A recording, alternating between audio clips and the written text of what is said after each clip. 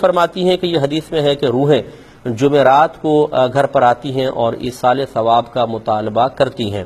یہ بالکل یہ حدیثوں میں موجود ہے، اور یہ کہتی ہیں کہ کیا عذاب والی روحیں بھی آتی ہیں؟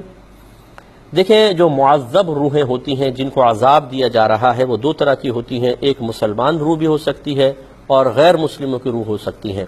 جو غیر مسلمین کی ارواح ہیں وہ بالکل مقید ہوتی ہیں، وہ کہیں پر بھی نہیں جا سکتی۔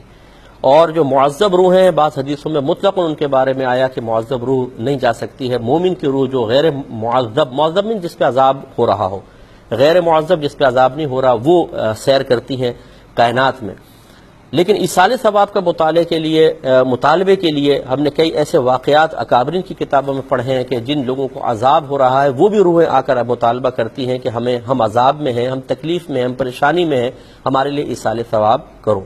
تو یہ ہو سکتا ہے کہ اللہ تبارک و تعالی جو مومن کی روح ہے جس پر عذاب ہو رہا ہے اس کو اجازت دے دی جائے کہ وہ آ کے مطالبہ کرے، تو لہٰذا اس کا انکار نہ کیا جائے، اور اس میں کوئی تعجب خیز بات نہیں ہے۔ اللہ تعالیٰ کی رحمت بہت بڑی ہے، وہ اجازت دینے پر بالکل قدرت رکھتا ہے۔